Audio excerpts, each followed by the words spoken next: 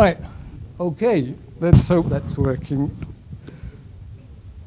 Oops. Right.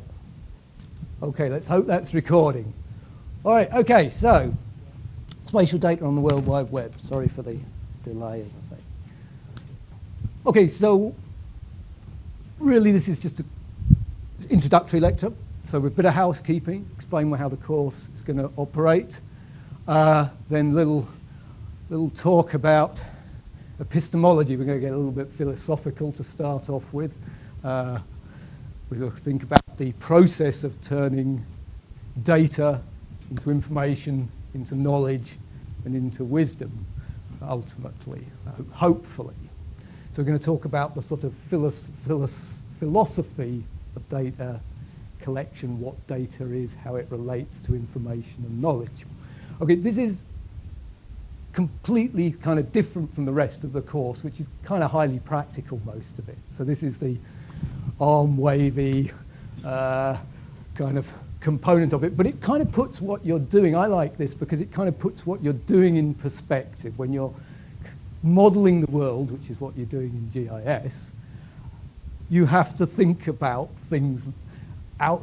You can think about the data, you can look at it as a very sort of mechanical and clear process. You're collecting temperature data, you're interpolating surfaces, calculating annual average temperature, that kind of stuff. You can think about it in a very straightforward, scientific, domain-based way. But it's also helpful to stand back from that and think about the whole process of modeling, of collecting data, of modeling that data, what you do with it, how you personally and different individuals and groups of people see data and experience data. So that's kind of why I like it. I think it puts things in context. It's totally useless for practical everyday life, pretty much, but it puts what you're doing in a sort of more, in a wider context. And then I'll introduce some of the alternative database models before next week we really dig into the sort of the hardcore sort of, well, not hardcore, but inside into the databases. We'll start looking at the details of, say, of the relational database model, which is the one that we're going to be thinking about mostly. First of all, mobile phones, just don't fiddle with them, please. Turn them off, put them in your bag. It's nothing worse than seeing somebody fiddling with their mobile phone while you're trying to talk. It's very off-putting. Please don't do it. Obviously, if you've got a potential emergency, then that's fine. Leave it on or whatever the case. But please don't fiddle with it. Study space. Everybody on study space? Excellent. Okay. I heard this morning there was an email saying there's some problems with some courses with study space and with getting access to it and things like that. So I'm glad if you have a problem, then tell the SITs what the problem is.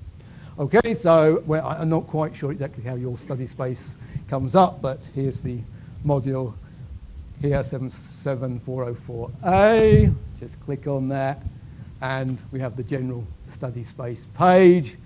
Announcements posted on the. Click on the announcements link, we'll get the announcements. Really, I'm just showing you all the materials for the module while they're accessed through study space. Go through, that will give you a link here, the all materials link, and just follow that, and what you'll come across is a whole load of web pages. So all the stuff is being served out through web pages which have been linked to study space, okay? So this is the main place where you get most of your materials. Now, at the moment, we've got, oops, there you go. At the moment, there is, I've kind of got the framework for the course, what we're going to do, but obviously the sort of lectures haven't been slotted into place yet. They'll go up on a week-by-week basis. Most of the practicals should be online already. That's to a certain extent for the distance learning students, because they times and indeed part-timers who like to sort of, they'll get a period of time where they'll try and do a whole lot of work, maybe over a week or something like that, and then move on. So it's easy to it's helpful to have those materials available. Okay, so yeah, just basics. This is all in the module guide, but Wednesdays, as you know, is our day. We got the lectures. We'll have our lecture 9 till 11. We'll probably have a sort of 10-minute break in the middle, just so we can breathe some fresh air for a few minutes. I think I've got it work, but only by plugging in the cable, so I'm hoping it's working. Ah, okay. I'm hoping. So you isolated speakers, so... I just plugged in the audio cable, and then, so it's still feeding sound out, but it's not coming. And I'm hoping it's recording. Yeah. All right, thanks for coming over. So watch out. So we're mostly in 510, but then other weeks for various reasons, we get moved to other rooms. So check out your rooms. Also, always check on OSIS, because sometimes they go and change the rooms with very short notice. So these are not guaranteed to be in these rooms. So if you turn up here, or to the dedicated room and there's nobody here, then chances are we've been bumped into another room by timetabling. It happens very rarely, but just bear that in mind. And then in the afternoon we have the practical sessions. They're in the main building next door where the geography department is, and they're all in the same room every week. So quite straightforward. Timetable. Distance learning students obviously work through materials in their own time. We're going to set the module's going to be assessed on 3 components, all coursework. So we've first of all got a database assignment, which is worth 40% of the mark, and basically that's the assignment for teaching block 1. So that's submitted, let's see, what date did I say? 23rd of 12, in time just before Christmas. So that's the submission date for that database assignment. The details for all these assignments are up online already, so you can look at those, and I'll go into them in more detail, in a couple of weeks' time. Let's not worry about the details of the assignments right now, but you can have a look at them, have a think. The other one, in the second semester, we've got a GeoWeb project assignment where you're going to build.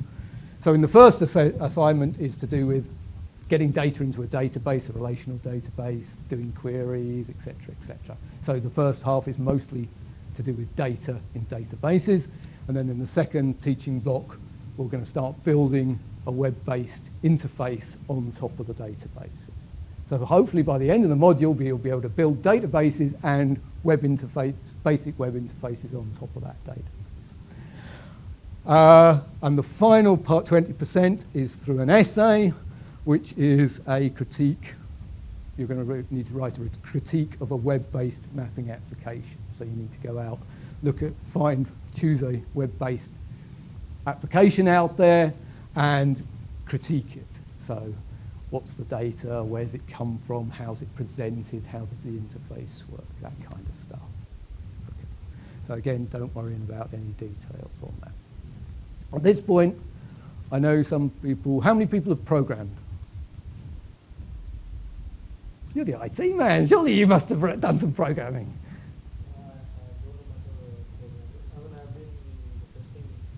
Ah, right, okay, IT is a big world, isn't it? Okay, well that doesn't matter. Okay, I'm just saying, okay, there's going to be a lot of programming here, or quite a bit. Please try not to be too scared if you're a bit nervous if you've never done command line programming and stuff like that. We expect no previous knowledge. We're going to start right from the basics, and hopefully you're going to learn quite a bit. One thing I must say is, or about coding and coding in general. When I first started coding, which is probably only about 8 years ago, I was sort of a point-and-click GIS man for many years, and then had a job where I had to do some programming, and finally actually bit the bullet and actually learnt myself, is that it seems a very focused, personal activity. You're sitting there on the computer screen, staring at the computer screen, trying to write this code. But it's actually more of a communal experience, I think, and you'll learn a lot more if you talk as a group and you say, oh my, you can spend 2 days because you've got a dot in the wrong place in one line of text of your code. but the person sitting next door may be able to solve that in 20 seconds by looking at your code and suddenly seeing the problem that you can't see. So I encourage you to sit together, look at each other's code and say, try and help each other out. And of course, I'm here to provide any assistance as well. Okay. Texts and reading and things.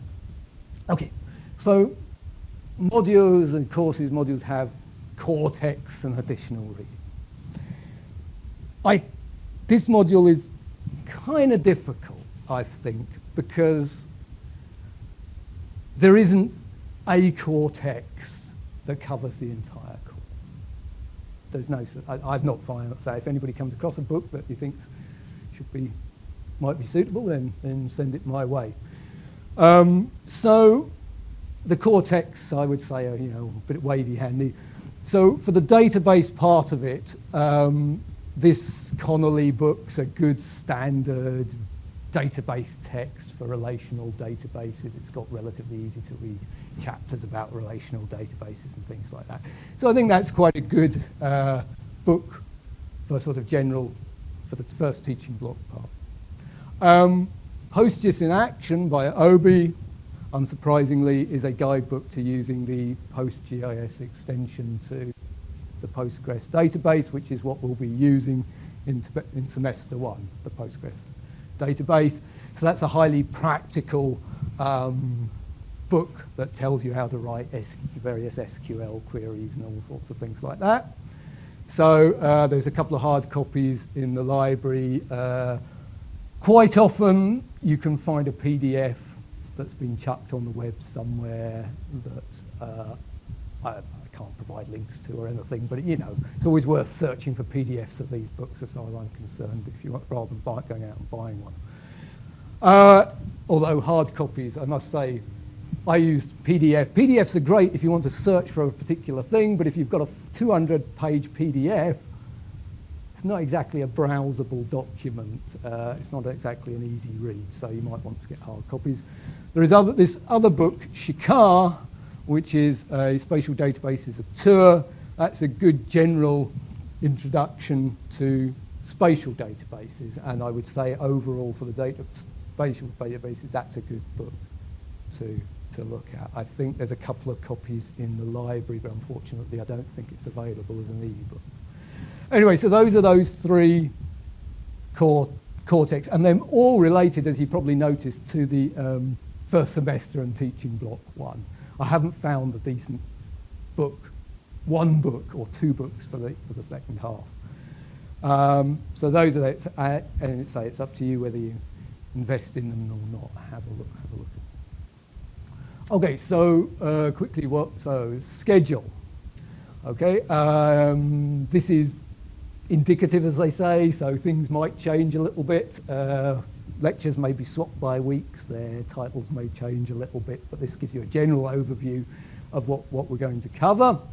So we're going to start off with this introductory lecture, what is data, relationship to information, etc. Then we'll go into the relational database model, explain what the relational database model is, move into structured query language, SQL, which is the language used to query, set up, build, manage relational databases. Then we'll move on and consider database design, designing a database. How do you go about designing a relational database? And then how do you turn your design on paper into a physical database, implement that in a database system, in a relational database system. Then, so that takes us up to the enrichment week, teaching week 6. So the first 5 weeks are basically relational databases, apart from the introductory lecture. Then after the break, we bring the space in. So then I introduce spatial relational databases, bring in the spatial components of the relational database model. Then we'll add time in for next week. And then finally, I think we'll advance topics. We'll look at networks, rasters, indexes, optimization, distributed databases, a sort of rag bag of topics towards the end. Then we're going to meet the object model, which is a model used both in databases and in programming, object model. We'll think about metadata, the data that describes data. And then finally, probably have a little trip into the world of data mining, visual exploration, and how do we explore the data stored within databases. Christmas. After Christmas, we move from databasing and databasing to the World Wide Web, the internet. So we consider maps on the web, then we get into writing web pages in HTML, CSS. Then we'll think about network architectures, how the components, the database components, the programming application components are put together into what we call architectures, software and hardware architectures. We'll look at the geo-web. How is geographic data distributed over the internet? How is it, what standards are used, that kind of stuff. How do you bring it together into mash-up maps, that kind of thing. JavaScript. So once we've built, you've now learned how to build web pages, write a basic web page in HTML and CSS. Well, let's now get some more advanced functionality into the web page by adding in some JavaScript programs that run over the top of your, or on your web page. Think about a little bit about software culture, programming cultures, things like that. You know, even programmers have cultures. Archiving of code, how to debug, these kinds of things like that, sort of useful things like that. Designing interfaces, designing a mapping interface onto your web page. How do you go about designing the interface onto your database? We'll consider that. We'll consider data on the World Wide Web. Once data is on the web and we're in a world of free, open data, what does that mean to have open data? What does that mean for you as an individual, for groups? What does that mean for the data itself? What happens to data when you set it free on the internet? It has a life of its own, and it starts to, and we have to think about what happens to it once data gets out there and is being reused by multiple people in multiple different ways, and rehashed and re-blended together to make new products. Then towards the end, we'll look at some of them sort of more future-based things, or sort of semi-future-based things. One is the concept of the digital earth and spatial data, but data infrastructures. SDIs, spatial data infrastructures, are particular systems, applications designed to provide easy access to data. And they exist, you know, these are standard applications. The British, UK government has a spatial data infrastructure, the American government has, the United Nations have. So these kinds of overarching data frameworks, and also the sort of, the future. Where are we going in the future? Can we create some kind of digital version of the Earth itself in some form or fashion beyond what we have now? And then just towards the end, well, the very last lecture is we'll dip into what's called the geosemantic web, which is a alternative way of distributing data and information across the internet that is sort of slightly different from standard database models. And then in the very last week, we'll have a presentation session where you're going to present your GeoWeb applications in this session. Okay, that's the basic. Do ask any questions as we go along if you have any questions. So that's an overview of the course. A bit more additional reading. There's a link, so the core text, on the reading link, I've provided some links to additional reading for each module. This will be added to as I prepare the lectures and find more stuff. Also, if you find anything, again, if you find any papers, any web links that you think are really helpful, would be helpful for the module, and I haven't found them, then feed them to me and I can add them to this list. This is I would say, this is not all essential reading. It's up to you how much of this you do. It varies, as you can see, between one single paper one particular week and maybe 4 or 5 of them in another week. It's quite a lot to read 5 papers in a week. So you can my suggestion is you dip into them, see which ones look the most interesting or useful, read those. It's up to you, but the more reading you do, probably the better overall you'll do in any module, any university course. After all, you read for a degree. So reading is good, but this is also a practical side, so balance that out. So I provide those links. There's also, I know a lot of you have joined up already, Facebook page groups. So this is a Facebook group. There's no obligation to be part of it if you're not on Facebook and not interested in it. That's up to you. But it's a convenient place where I post up, links to things related to the course. Also, we've got the potential to use it for discussion, although there is a discussion area on study space that I'm going to try and get us to use as well. So if you're a Facebooker, you can sign up to that and see the various posts I stick up. There is also, I changed this picture yesterday, but there's also a Kingston University Centre for GIS page that you might want to like, where I seem to end up managing all this Facebook stuff, where I'm going to post general GIS information that's relevant to all GIS courses and students in the university. So this is your general stuff, and 7404 is for the more techie stuff related to this module.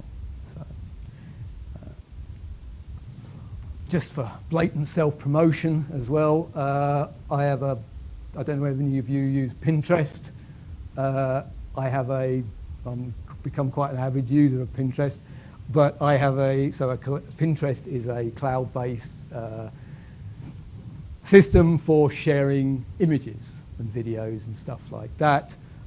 So I now have nearly 3,000 various images relating to things that I'm interested on Pinterest, which includes links to things like videos, which I've just, rather low numbers actually, because I've just started collecting these together.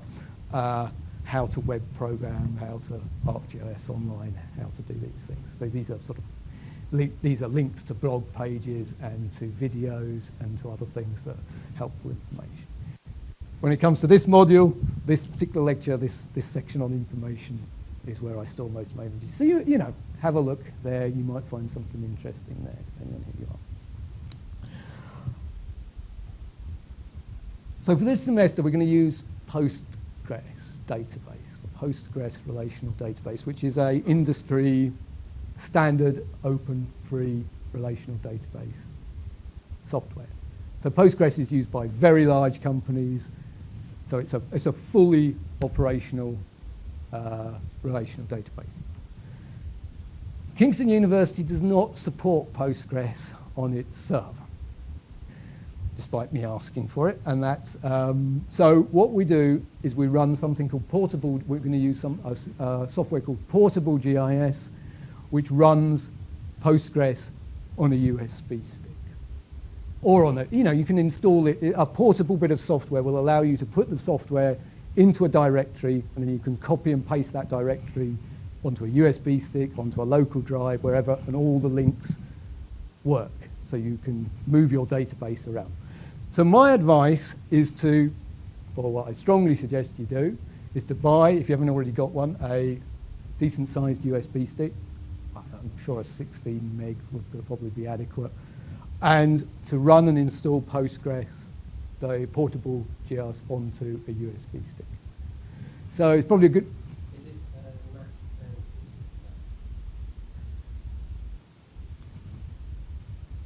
Don't know. Okay, well, portable GIS is Windows. Okay, you may have to run it in a Windows emulator. Okay, the other option that you've got is if you've got a personal laptop and you want to work on your personal laptop, is to just do a straight install of Postgres onto your laptop. Okay, this is more flexible. So if you don't If you don't have if you'd rather, so if you're using the university computers, you'll need a USB stick. And then you plug your USB stick and away you go on the university computer. If you've got your own computer, you've got the option of either installing the portable GIS onto your local machine or a full installation onto your local machine. We'll deal with that next week if we've got any issues, but you can do either.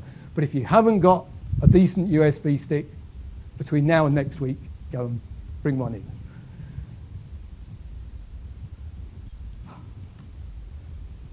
Do please make back your work up. Not just in this, but for every single module, indeed everything you do. Otherwise, you might end up like this guy.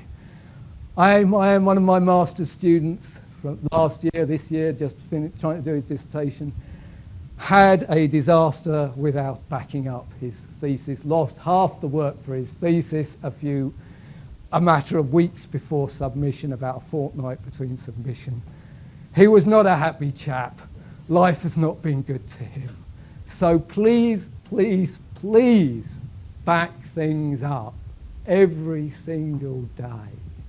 And if you need help for getting a backup system, then, talk to me. But what I simply do is I've got a drive, and what I do is every morning or every evening I sync the drive with my local desktop computer or something like that. I also have a copy here at the university, I have a copy at home, and then I have the copy that I carry around. So I have at least 3 copies in 2 different locations in case my house burns down. The chances of the house and the university burning down on the same night are quite low, and that's the risk, the level of risk that I'm prepared to accept. But I can't emphasize this more importantly. So many people lose work. So many students lose work through this, and it just makes your life a nightmare. Okay, if you're okay, should we just plow on and get things done rather than having a break? Does anybody want a break or blue break or anything? No. Okay, right, we'll just carry on because we were late starting. Okay, so that's the housekeeping. Any questions regarding the general running of the module or anything? Yeah. What's the enrichment week? The enrichment week is a holiday. No, it's not a holiday. It's a week where you're meant to enrich yourselves, catch up with your background reading, work towards your work towards completing your assignments, your practical work, whatever. So it's kind of it's just a break where students have a chance to, with the purpose of them being able to, as I say, catch up, do a bit more reading themselves, things like that. Also, in a sort of wider context, we also tend to run field work during enrichment weeks. So undergrad field work, so for example, so we need these weeks for field work, but their primary function is to give you a breather. It's a half-term sort of thing, but it gives you a breather to catch up, do any other things you want to do. Okay. So, any other questions? Yep. All right, so let's consider how we get knowledge from data, or the process of extracting or producing knowledge from data. As I mentioned at the beginning, what we're considering here is called is the epistemology of data and knowledge. Epistemology. And epistemology is the study of knowledge and justified belief. That's the definition by the Stanford Encyclopedia of Philosophy. So it's considering how we get information. How is knowledge generated? How do we know whether that knowledge is good or that information is good? How do we know that? That's the general subject of epistemology. So there are lots of different epistemologies in science. There are different ways, different scientists, different domains. So by domain, I mean biogeographers versus human geographers versus environmental scientists versus climate modelers, whoever. We all have different ways of doing science, or indeed things that we wouldn't traditionally call science, the more humanities-based approaches. We all have different ways of doing things and different ways of thinking about what we're doing. So we're going back to the Enlightenment here, back to the 15th, 16th century. And this is really just to give you, as I say, lay the sort of the foundations of what we're doing. So two alternative epistemologies developed in the Enlightenment were rationalism and empiricism. So rationalism came slightly earlier with René Descartes, early 17th century. So the workings under the idea of rationalism, the world can be explained without reference to your experience of the world. Okay? And that knowledge comes from inherently who you are. You have knowledge from birth. It's part of you being a human being. A knowledge of the world. And your ability to do logical reasoning comes internally to you as an individual and a human being. So basically, the sort of caricature of rationalism is that you understand the world from within yourself through logical reasoning. And if you remember, what's the most famous quote by Descartes? I think, therefore I am, yes. So he's saying, I think, so he's talking about himself and how, because he thinks, therefore he can give himself knowledge.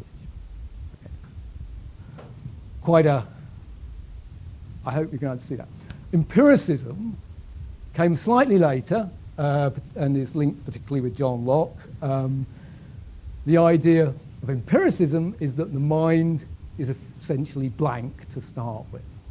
And that knowledge comes through our experience, through how we experience the world. It comes through our senses. So this is a very different, almost diametrically opposite views of where knowledge comes from. Descartes, rationalism, saying it comes internally. It comes from within the human being through our innate abilities and our abilities to reason. Empiricists say no, we are a blank. We start with zero, and it's only through experiencing the world that we understand how the world works and can gain knowledge of the world. Both those are unsurprisingly rather simplistic caricatures of how knowledge is generated. And so Kant in the 18th century, in his most famous book, Critique of Pure Reason, rejected Locke's empiricism and said the world in itself is unknowable, and that our understanding of the world is a combination of the rational mind interpreting our senses of the world. So he's taken empiricism and rationalism and kind of stuck them together. That's the simplistic way I see of looking at it. So he's saying, okay, we don't really know what the world's like, but through our senses give us information about the world, and then our mind makes some kind of interprets that information and makes sense of it, which seems to me pretty straight reasonable. And then if we jump forward to the 1970s, just briefly introduce Popper, Karl Popper. How many of you have heard of Karl Popper? No one. All right, okay. Popper is probably one of the most famous philosophers of science, or relatively recent philosophers of science. And he just sort of codifies sort of to a certain extent, what Kant has said. And in this diagram, this is not a diagram drawn by Popper, I hasten to add. This is a interpretation, somebody's interpretation of what Popper's three worlds model. So in Popper's three worlds model, we have world one, which is the real world, the objects and events that occur in the real world. things going on out in the world. Then we have world 2, which is our mental realm, our mind, what's happening inside our mind, our understanding, our interpretation, cognition. And then he suggests also that there's a third world, which is the information and the communal information and understanding and knowledge that the humanity has of the world. Yeah? So the records, the information, the data, which may be in computers, may be on bits of paper, and indeed may be inside people's minds as well. And that there's these 3 different worlds that are interacting when we do science and manipulate data and things like that, and gather data and things like that. So if we follow some of these arrows around here, so we've got the world, the objects and events in the world. We, our minds, we observe and experience the world, and not surprisingly, we act on the world. We do things that change the world. So we are observing and experiencing. Okay? Then, through our observations of the world, we decide to understand it. We create records, we record information, we record data about the world that then becomes generally available to other individuals. So this is, to a certain extent, initially within our own mind, within a single person's mind. Then by capturing this data, we provide that data that's a communal, a cultural resource as opposed to an understanding of the world that's individual. It's an understanding of the world that's beyond just the individual. Now, also other people, or indeed yourself, if you collect your data, you then look at your data and you read it, you look at it visually, graphically, and that effectively affects your cognition and your understanding of both the data itself, but also the real world itself. So that you internalize this information and you sort of add, so your world of cognition is a combination of both your observations of the world or your direct observations and experience of the world, but also the information and data and that's been collected, the general knowledge that's been collected in society as well. Now this diagram also has a connection between world 1 and world 2 called record and then output prediction. So you're using your records, your information, your data to predict something about the world events. And also that data, information and records are directly recorded from the world. Now I would argue that probably these shouldn't be here, because in fact the recording goes this way. There is no direct link. Records, information, data don't collect themselves. Even data loggers, which constantly recording temperature, they've been set up by a human in a particular place in a particular time to do a particular job. So this direct connection here, I would argue, is not a good model of the modeling process, and the record is the combined process of these 2 arrows, and the output prediction is kind of comes through here as well, because you decided what the model was, for example, to predict. Fight and flight? Yeah. Under what? Sorry. The records and information data and the link between World 2 and World 1. Because it's a reflex. Because you're basing, there's cognition because you see a dangerous aggression, but really you're reacting on something you record, and then your body takes over. All right, this is philosophy for you. Yeah, very, very confused. I would argue no, because a record is something that exists in a in some kind of recorded, generally accessible situation. I would say a reflex is very much here. You observe experience, but you're doing it in your subconscious, and then you're acting. So world 3 is a memory, world 3 is only... No, world 3 is the world of records, the world of culture. But not in your Not, You mean like... well, culture, okay, I mean, this is where it becomes really, really difficult, and these things aren't. You know, these are just models of how things, all models are wrong, some are useful. So, so this is the records, things like libraries, databases, things like this. And this is, now, whether that includes people or not, the software, the wetware as well as the hardware, so to speak, of the data, one could argue, I don't know. Are records in somebody's head part of wider culture? Well, no. Okay, but, you know, one can spend hours and hours. Yeah, I think I did say including people's knowledge, but that's probably not the best way. Probably to think of this as sort of the stuff that you can pick up in the library. This is the data. These are the records on the world. All right. Okay. So that's the sort of epistemology, and I hope it's not too. And if you don't see it now, the relevance now, you're thinking, my God, what is he talking about? Hopefully, my hope is that by towards the end of the course, or halfway through the year, you go, oh yeah, I can see why he talked to us about that then. As I say, it's kind of laying the framework.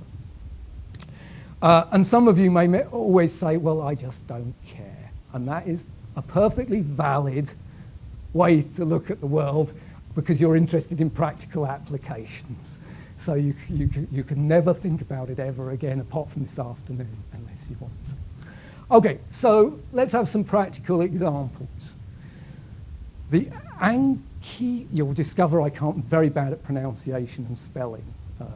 You'll discover this in due course, but the Antikythera device was brought up from a shipwreck somewhere off one of the Greek islands. I think it's just one of the Greek islands just off the Turkish coast in the 1970s, I believe. I think Jacques Cousteau, you might have heard of, was a part of the team who dived on the wreck. And this is the earliest sort of computer, or believed to be, made between 205 and 100 BC. And as you can see, it's gear wheels. It is a mechanical device made possibly by Hipparchus of Nicaea. Oh, I don't know how to pronounce these words. Who lived over 190 to 120 BC. He was and if it wasn't actually made by this guy or his team, it was by some other Greek astronomer who probably lived very close by. So for years, probably centuries even, they'd taken observations of the changes in the celestial changes, the movement of the stars, the planets, the moon, etc., etc. And from that data, they created this device, mechanical device that allowed it to predicted astronomical positions and other things, including the dates for the Olympiads. So this data, this information, this data collected 200 years before Christ was created into a machine that allowed us to make predictions. So the data was converted eventually into some kind of knowledge or information. So it's been going on for a long time in human history. Here's a more modern example. Meteorological stations spread all around the world collecting data on temperature, on rainfall, on humidity, etc., etc. These data we use as the basis for climate modelling how the climate changes, modern climate simulation models. We can use the data to predict present temperatures from the records, but if we want to predict the future, or indeed the past, because you can also run these simulation models backwards in time to predict, say, the climate at the last glacial maximum or something like that, then you need also a model of how the world works. So you not only need data, but you need some kind of model. And there are lots of different ways that you can model the world in climate modeling. So in the mid-1970s, the models just modeled CO2 and rain. By the mid-80s, we got the land surface, the clouds coming in, and you can see sequentially through time, these have become more and more complicated. So the model, our knowledge of the climate system and our ability to simulate it within a computer environment has changed through time, and as those models change, we get different predictions. Okay, so we've got data, we've got a model produced from knowledge, our understanding of the world, which allows us to simulate the climate. So clearly, to do this, we need means to storing the data. We haven't actually defined data yet, but we'll get there in a moment. So we need means of storing the data, and originally this, going back to 3400 BC, clay tablet writing was the standard way, of course, for many millennia writing. And of course, the ability to reproduce information, data, was greatly improved by the arrival of the printing press, which is one of the, probably after writing, was the next great innovation in information dissemination. We often think in the West of the Gutenberg printing press, 1450, but in fact the Chinese were way ahead of us 500 years before the Chinese had movable print. So movable print was suddenly allowed information to be reproduced relatively quickly and easily and disseminated to a greater the population. And indeed the Gutenberg press is one of the things that probably simulated the Enlightenment, Descartes, Locke, and the development of modern Western sort of ideas of development.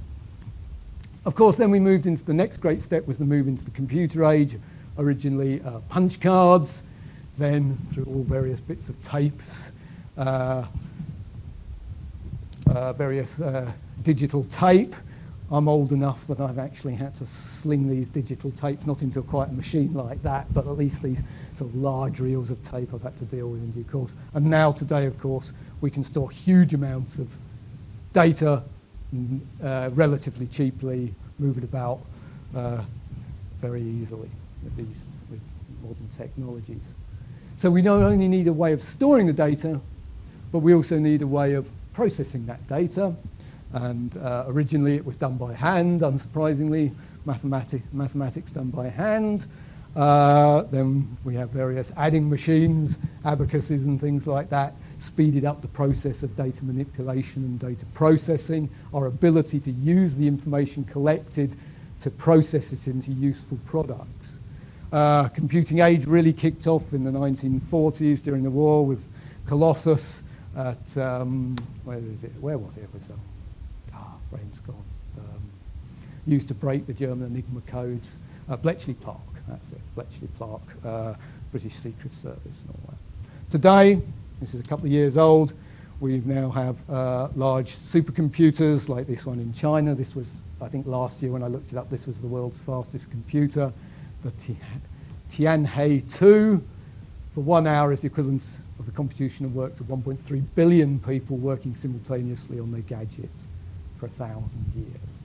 So you can see we've gone from this world of simple data collected on paper, manipulated on paper, and really in a matter of 20, 30, 40 years to a world where we can effectively have 1 billion people working away for 1,000 years in 1 hour. That's a very impressive increase in efficiency of data storage, both data storage and data processing. This data, of course, is now in computers, and these computers are all linked through the internet. This is a picture of the internet. We'll see more of these. It's not exactly wonderfully inspiring. These are all individual IP addresses connected into, and how the IP addresses connect into a sort of network model. So these computers, this data is now connected it's accessible, and there's vast amounts of it. And we are, as you've probably heard in the news, the buzzword, people say we're now entering a world of what we call big data, where the data maybe can be up to petabytes, and I don't even know how many zeros there are on a petabyte, but there's an awful lot of them. So if you're dealing with things like global Earth observation data, you could be working in petabytes. If you're working, some of my colleagues who are geneticists, they're working in sort of huge amounts of data from genetic code, stuff like that. I think of the Large Hadron Collider physics experiments. The amount of data that is producing is absolutely huge.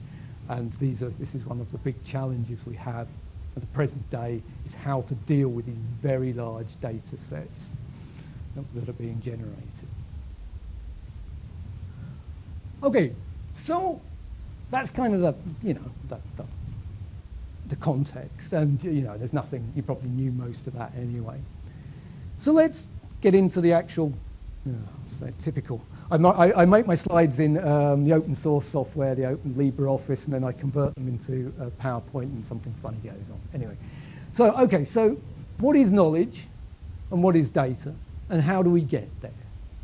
So this is another epistemological model, and this is the DIKY pyramid, data, information, knowledge, wisdom pyramid, proposed by Russell Ackoff in the late 1980s. Ackoff was I think he was a systems engineer, so he comes from an systems engineering background, not that it matters.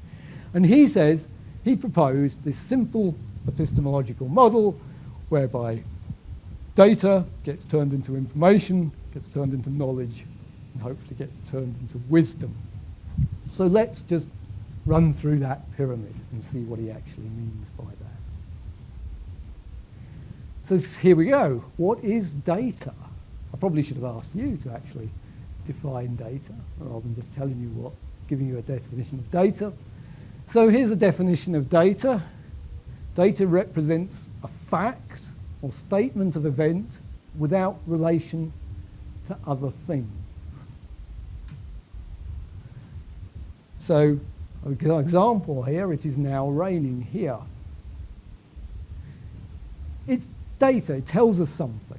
It tells us about what's happening here and now, but it has no connection to anything else. We don't know whether it's raining over the road, in the next county, the whole country. It's just raining here now. So that is data. Very simple, about the simplest unit you can think of that's useful. If I just said, it is raining, without the now and the here, it's not actually very useful, because somebody else, unless they're standing next to me, and they know it's raining anyway, it's not a lot of use, because if you don't know when and where the information is pertaining to, it's not of a lot of use in this case. So data is a fact or statement of event without relation to other things, which seems a simple concept, but in fact, when you think about it, it's not easy to. So we have a world of data, these isolated bits of information. Of course, I'm using the word synonyms because I don't have so I'm using information as a synonym for data there, which is bad. We have this data, which is isolated facts about the world, or at least measurements. We could have a whole debate about what a fact was. But these bits of items of generally quantitative information. Data. The idea of information, so the data is at the bottom of the pyramid. That's what you collect, what you measure, what you gather. So what is information according to Ackoff? Well, information embodies the understanding of a relationship of some sort, possibly cause and effect. So it's saying something about the data in its context. So I think examples are good. The temperature dropped 10 degrees C and then it started raining. So this is not about the fact that it's raining or not. It's information that we've, or it's a statement, an idea that we've extracted from our data. Or, well, extracted from, in this case, our observation, or our data if we've got a thermometer. We're standing there, the temperature dropped by 10 degrees C over half an hour, and it started raining. So we have a connection between the temperature and rain, whereas previously we just had rain. Now we have a connection, a causal, or at least a correlation between, or a single observation between the temperature and the fact that then something happened. So this is more than just saying it's raining. Yeah, it's more. It's combining information, or combining data. We're extracting information from data. Next up the pyramid is we get knowledge. So knowledge is a pattern that concerns and generally provides a high level of predictability as to what is described or what will happen next. What a mouthful. So an example. If the humidity is very high and the temperature drops substantially, then the atmosphere may, it should be a T, not be able, it shouldn't be, may no longer be able to hold the moisture it contains, and so it rains. So this is a sort of more general model of what's going on, or understanding of a system. So information was very simple, sort of two things connected. Now we're talking about a more wider context. So we're bringing in information or knowledge from elsewhere to help us understand the system. So it's contextual to a certain extent. So it's no longer about simply a drop in temperature and then something happening. It's about the context and the environment and the process in which things occur.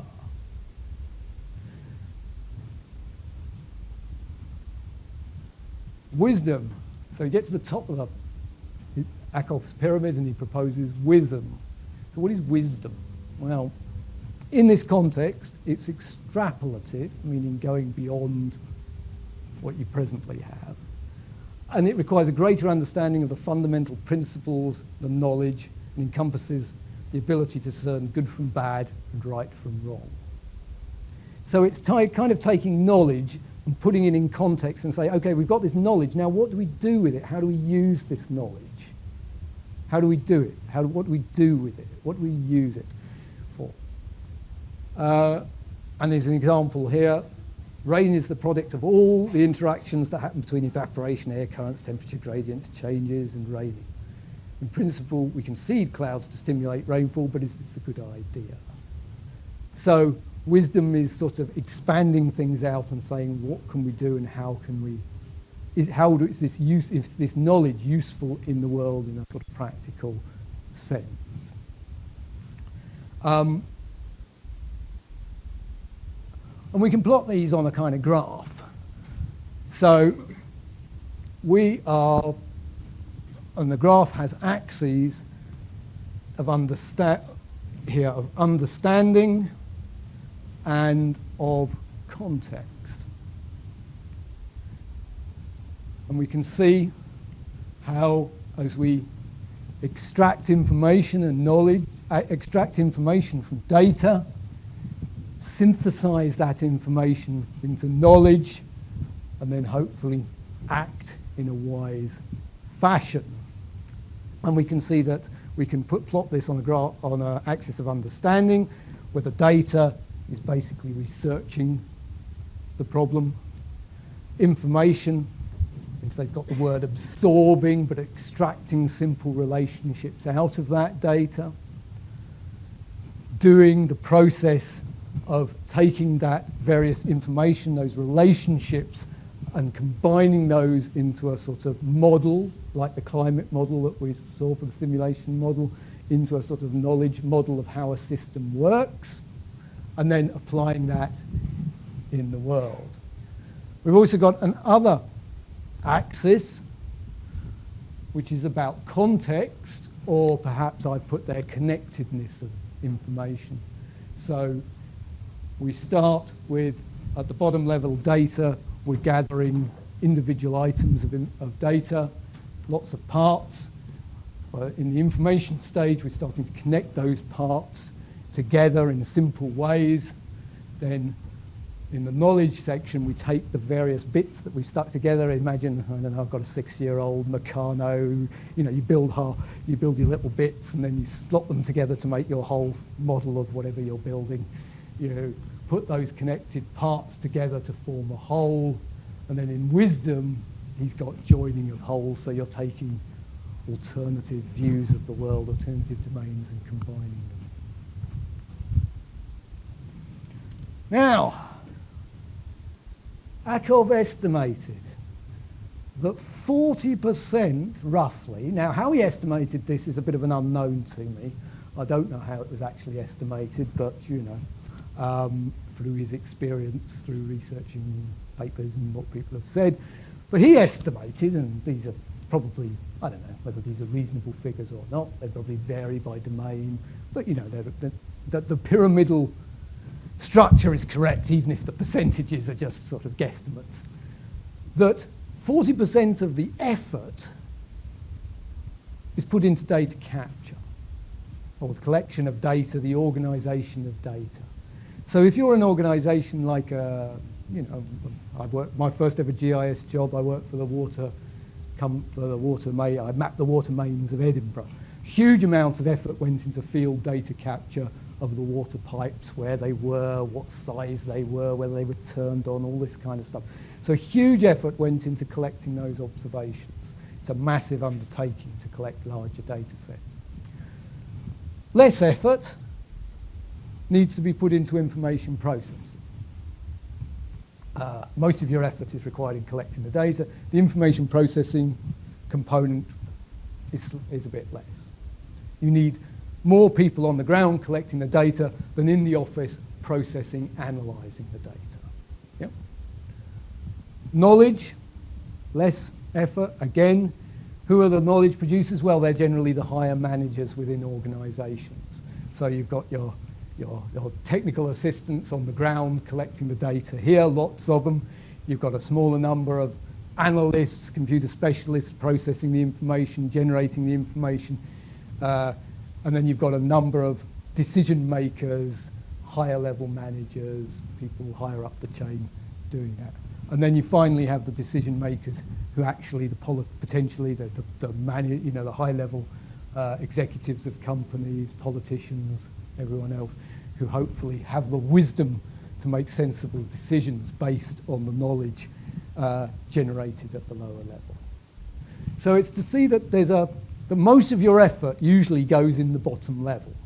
Now, in this day and age of large amounts of free data on the internet, for example, in fact, you may be able to cut this lower level out because you're using pre-collected data. So in fact, you may be able to cut this section out, or at least reduce it. And indeed, this is what this graph, this diagram kind of tries to show, is that the whole function of information technologies, databases, web-based applications, etc., is to help do the heavy lifting, can help us do the heavy lifting at the lower levels, and indeed more and more at the higher levels. So if we've got good data handling technologies, so we're using automatic sensors set in the environment rather than sending individuals out to record manual, say, temperature recordings, we're going to collect a lot more data. It's also not got to be entered in by hand. It's automatically being collected in digital form. So what it means is the resource is required at these lower levels, hopefully, can be reduced because you can automate the process. And automating the process hopefully increases the efficiency, which frees up our human resources rather than in manually manipulating large and cleaning large data sets. You can put the human effort into creating the more intellectually stimulating and challenging things of creating the information and hence the knowledge. So finally we kind of get into information technology. Information technology is helping us increase our efficiency in data handling and managing. And in this case, the diagram just shows it upshifting at the data level. But increasingly, we're getting automatic generation of information and knowledge management systems. So this upward they call it, what does he call it? Upshift in cognitive energy use is occurring not only at the data level, but also up at the higher levels as well, but at a lesser rate. Most of the effort is clearly going in at this data level, and that's what we're going to concentrate on. Oh God, there's my arrow's gone all wrong. That's terrible. Okay, so from a GIS perspective, just to put this, I thought, excuse my arrows. So we collect data in the world, unsurprisingly. We structure it into a database. We undertake query and analysis to give us information. This arrow should be pointing between there and there. The slides online, I'll put a proper set of slides online. This information can also be fed back and used as data by somebody else.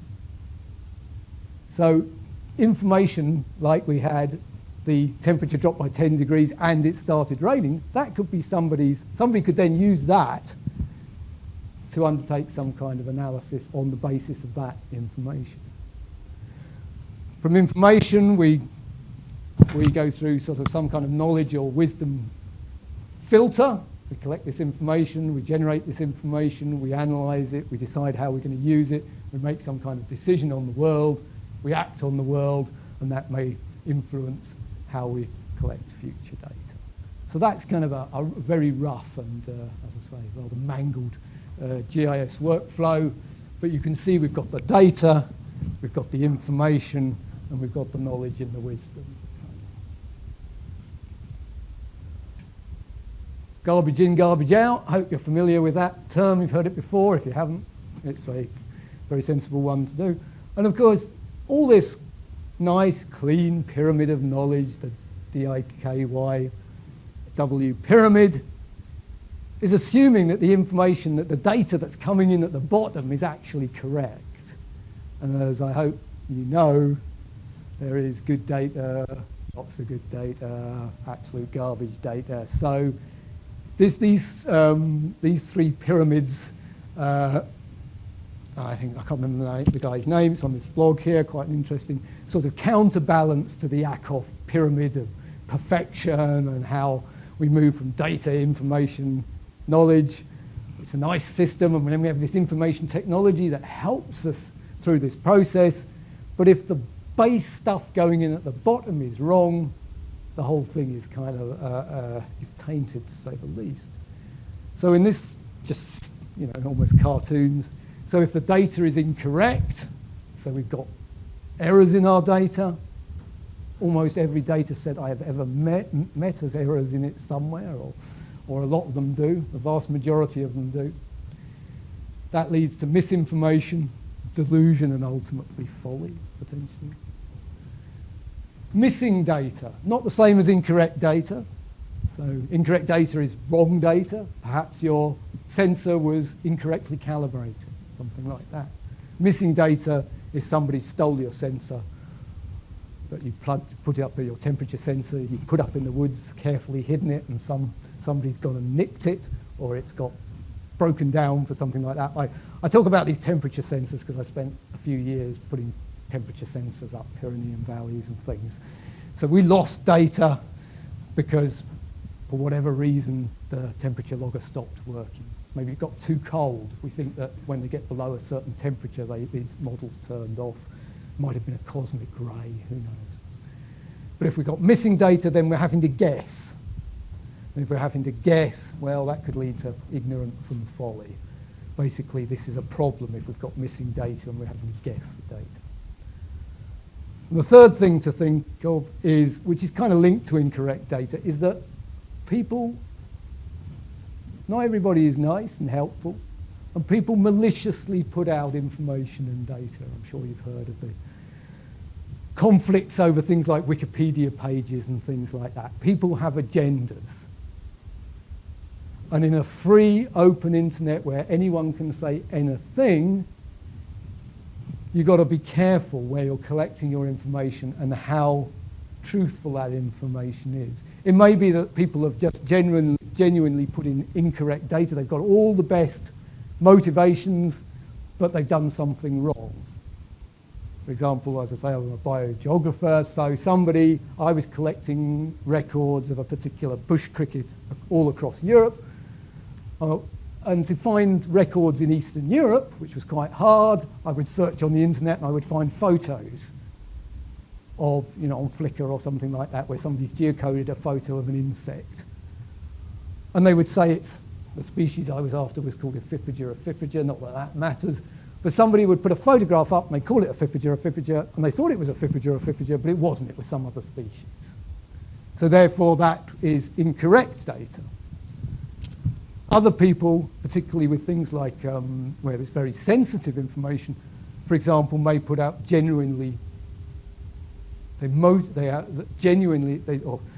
put up incorrect information or data because that's how they want the world to be rather than actually what the world is. As an example from that, it's not quite directly falsehood, but sort of linked to incorrect data might be something like when you have a large demonstration or march and the police estimate that there were 25,000 people on the march and the organisers estimate that there are nearly 100,000 people on a march.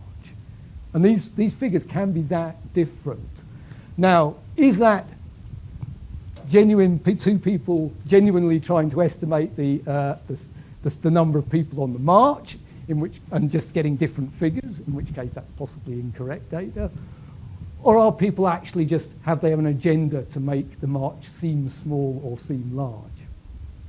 So bear that in mind. Data comes with this human context. Why has somebody collected this data? What is its purpose? Why are they giving it out? You have to think about the motivations behind the data. One last little pyramid, I quite like this one. You might have come across David McCandless.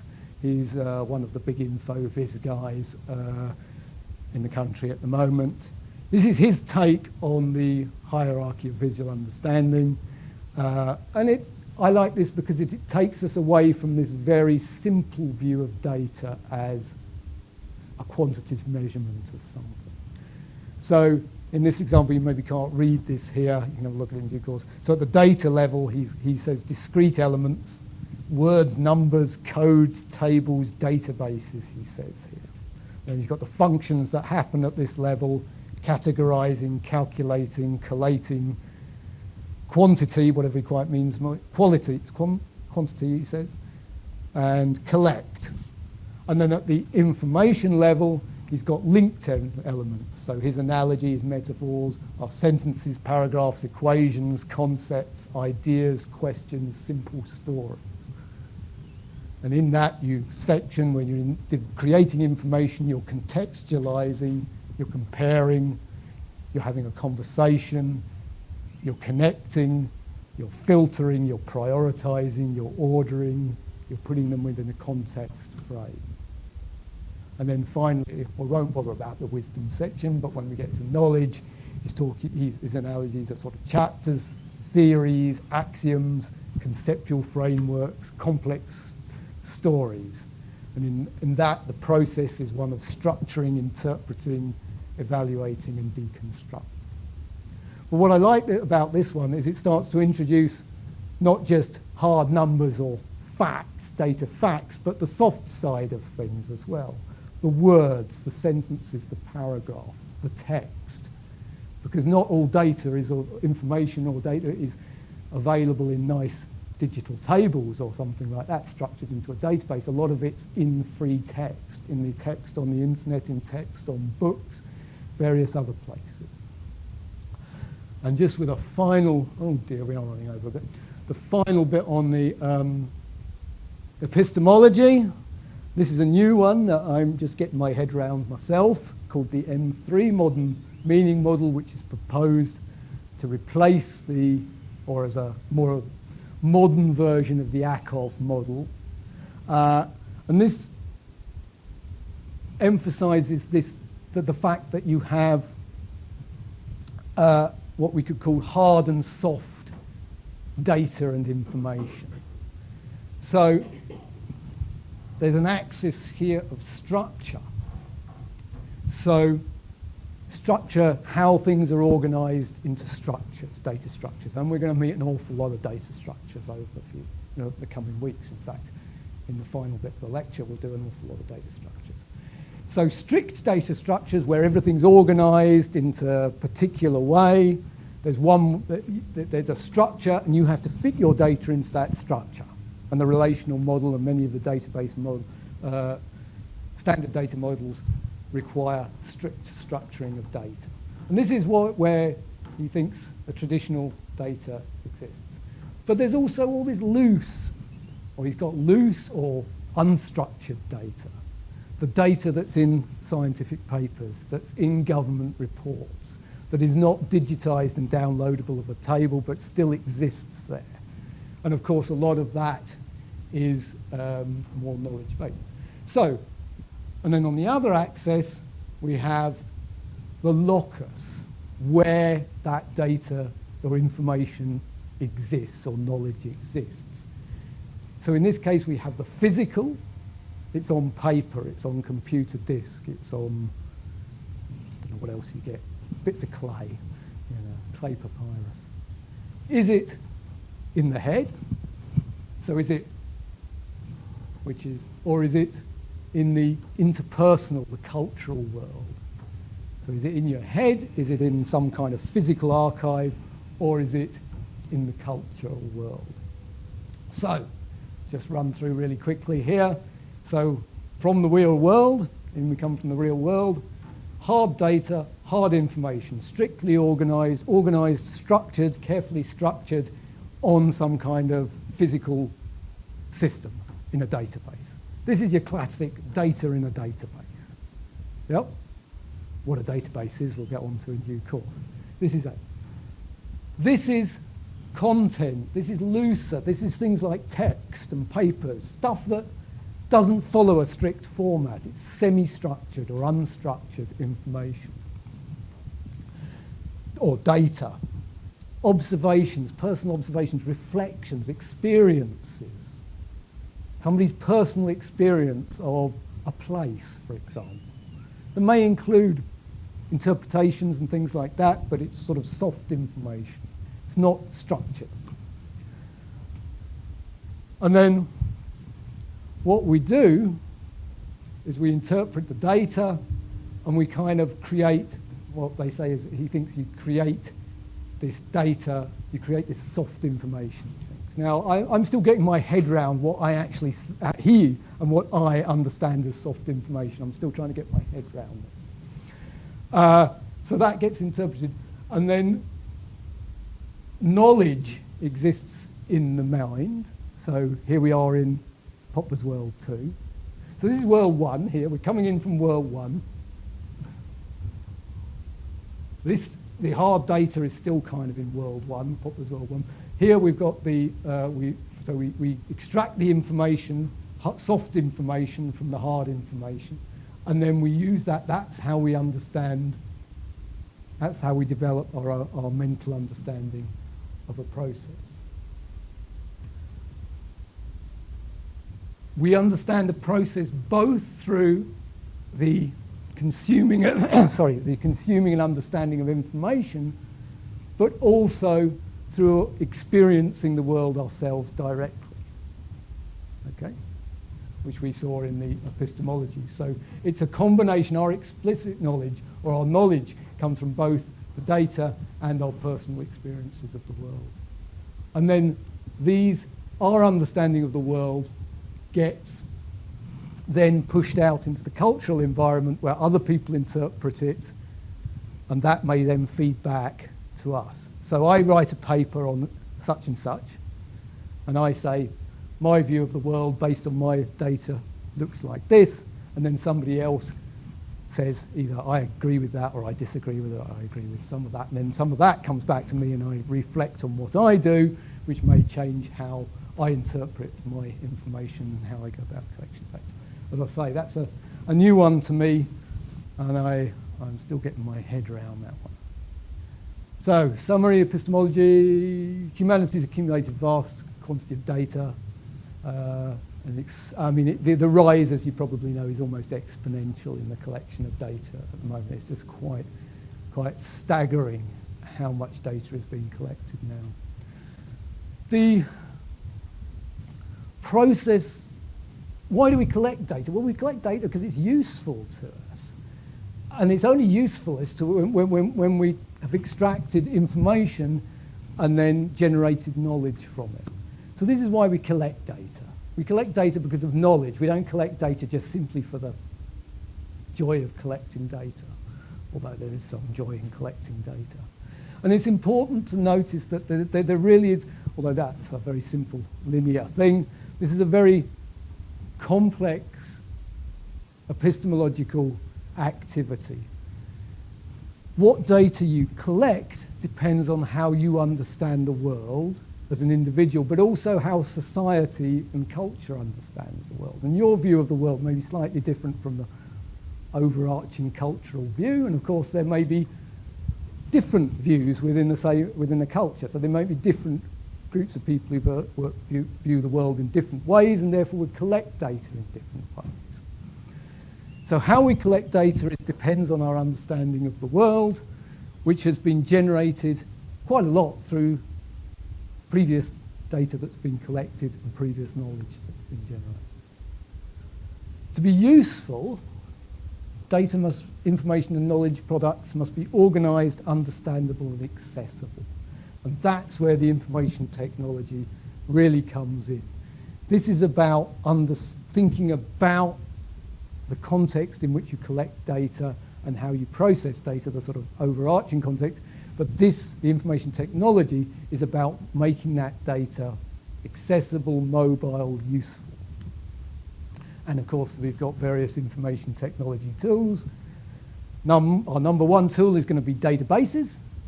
And then we have to have the applications that run on top of the databases that provide access to the information the data stored in the databases. All right, so what I'll do is I'll stop there now, and we'll just finish off it'll take 15, 20 minutes this afternoon just to finish off the last little few slides on a few database models. Okay, as I say, that's quite a hand-wavy kind of start, and I hope that doesn't put you off too much, because as I say, apart from this afternoon where we're going to think about, we'll find some examples, we'll talk about what your experience, and what I want you to do between now and then maybe is you've all got lots of experience in the world, you've all done different things. So what we're going to do is we're going to think this afternoon about data, information, knowledge within various domain contexts of the domain. So this afternoon, well, as I say, I'll finish off the lecture, just take me 15 minutes or something like that, and then we'll start drawing some Ackoff pyramids, and we'll start writing what the information is, what the data is, what the knowledge is within various domains that you hopefully have got personal experience in. Think about any studies you've been involved in. Think about the problems. Think about the distinction between data and information. Have you come across things that you find difficult? Is this data or is this information? Think about that. All right, so that's what we're going to do.